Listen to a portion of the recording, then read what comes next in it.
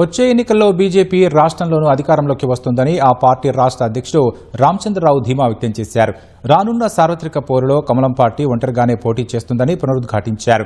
అధికార పార్టీ ఎన్ని ఒత్తిళ్లకు గురిచేసినా నిర్మల్ జిల్లా ఖానాపూర్ మున్సిపల్ పీఠాన్ని బీజేపీ కైవసం చేసుకుందని ఆ పార్టీ సభాపక్ష నేత మహేశ్వర్రెడ్డి అన్నారు.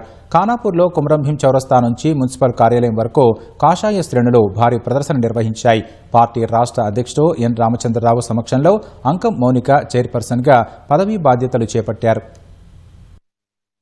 ఇది మున్సిపాలిటీ చిన్నదైనా రేవంత్ రెడ్డి గారికి పెద్ద సందేశం పోయింది. రానున్న రోజులు బీజేపీ రోజు తెలంగాణ రాష్ట్ర ప్రజలకు ఖానాపూర్ ఫలితాలు సంకేతం భారతీయ జనతా పార్టీ గెలవబోతున్న విషయాన్ని.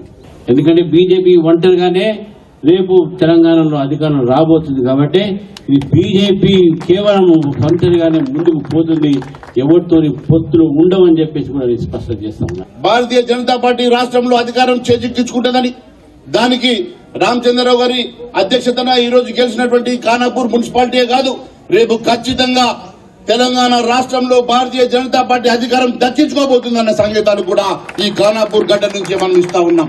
ఎన్నో రకాలుగా అధికార దుర్వినియోగం చేసి మరి మున్సిపాలిటీని పోస్ట్పోన్ చేస్తూ ఎన్నో రకాలుగా ఇబ్బంది పెట్టే ప్రయత్నం చేసినా మరి ఎక్కడ కూడా మనోధైర్యాన్ని కోల్పోకుండా భారతీయ జనతా పార్టీ శ్రేణులంతా కష్టపడి మరి ఇక్కడ కాషాయ జెండా ఎగరేయడానికి మీ వెంట ఖచ్చితంగా ఉంటాం.